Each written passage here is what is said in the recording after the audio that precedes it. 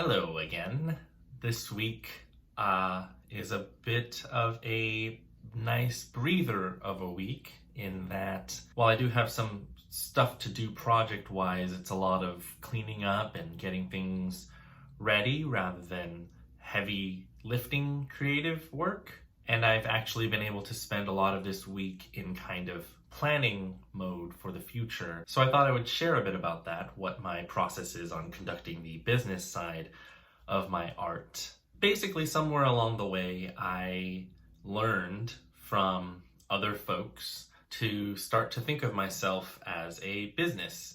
And it did help that when I decided to leave the corporate world way back in 2008, my source of income was doing voice lessons. So I essentially was running a business. I had to handle marketing and finances and taxes and finding new clients and following up with clients and keeping track and scheduling. So there was a lot of admin work involved in running my own voice studio.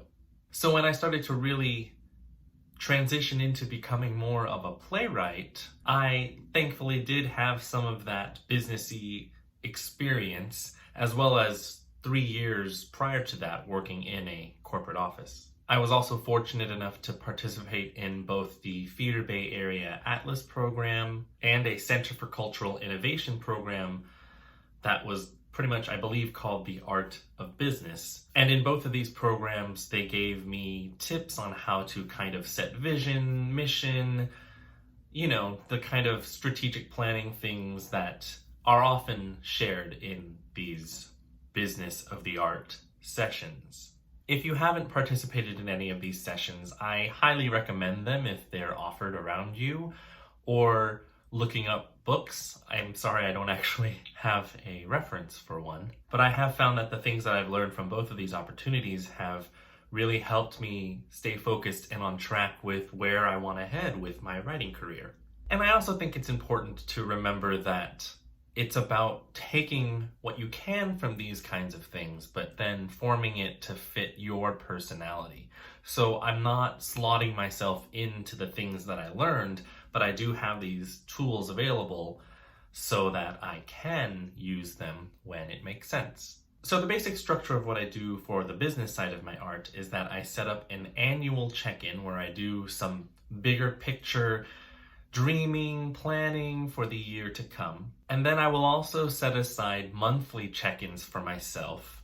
And these check-ins, including the annual one, are mandatory.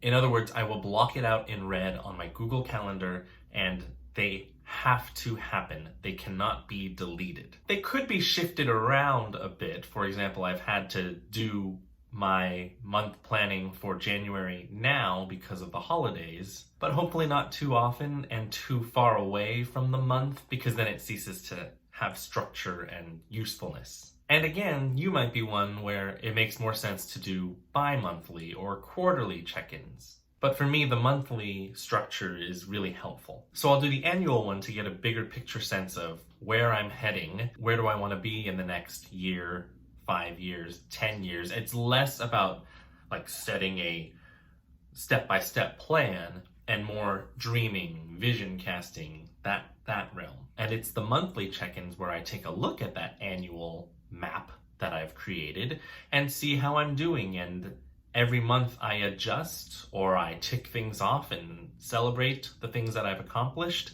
or I'll come up with new ideas in how to keep heading towards that bigger picture vision. But I think the thing that has been really meaningful is to remember that those monthly check-ins are important and are vital, as if they were meetings with a manager of mine and I was checking in on my projects and my career. So what do I actually do in these check-ins? Well, like I said, for the annual one, I keep that one much more broad. I might dream a little bit of what I want my life to look like when I turn 70, when I turn 60, when I turn 50, when I turn 40, which isn't that far. And then my monthly ones, I get a lot more specific. So the things that I cover in my monthly check-ins are finances, goals, marketing, grants and other opportunities, and scheduling. In my finances section, that's just a chance for me to deal with all my receipts, make sure I'm paying my estimated taxes, checking in on my income and making sure I've received all the expected income I should be getting,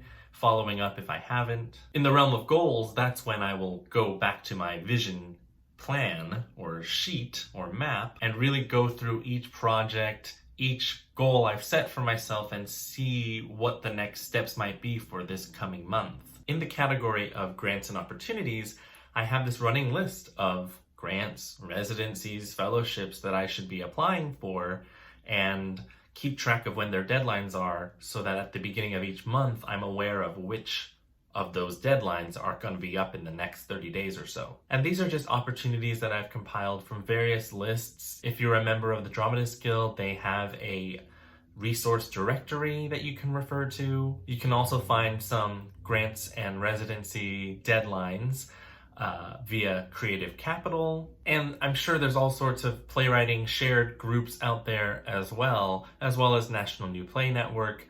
So pull from all of those and make a list of the opportunities that are relevant to you. And then the category of marketing, I think about what is it that I want people to know is going on for me in the next month or so. Do I have a show opening? Do I have a workshop? Do I have a reading? Is nothing happening, but I just want people to see, hey, I actually wrote on my own, even if it's not being supported by a theater company. And then I try to really look at the different social media outlets that I have and whether I'm using them to the best that I can. And I might map out a little bit of where I want each message to kind of sit, because I want to get news about what I'm doing out there, but I also don't want to overwhelm my friends and my followers, because I hate the idea that I might just be getting annoying with all this stuff that I'm posting. But yeah, marketing. Marketing also includes my newsletter, which I try to do monthly. So I'll schedule when I'm going to get to my newsletter that month if I do a newsletter, because sometimes I don't do one when I don't feel like there's enough stuff to actually tell people about. And then finally comes scheduling. And scheduling is anything that came from the first 4 categories that I need to make sure I do, and then I actually set aside some time, some block of hours in my calendar. Even if I end up moving it later, it's there visual for me to remember so that I can shift it if I need to, but it will get done. Scheduling will include meetups with people that I've been wanting to meet up with, plays that I might want to watch, again, those grant deadlines that are coming up, and those marketing things that I've wanted to put on my list, as well as just actually getting to the work of writing, realizing which projects take priority in the coming weeks and trying to set aside the right amount of time to work on those projects. So that's kind of a quick rundown of what I do in my monthly check-ins. And I use a variety of organizational tools. The ones that I use the most right now are Wunderlist for tasks and Trello for lists. And by lists, that's where, for example, the grants and opportunities sit in these well-organized monthly lists. I will also use just good old-fashioned pen and paper, as well as a daily to-do list, which reminds me I need to order one.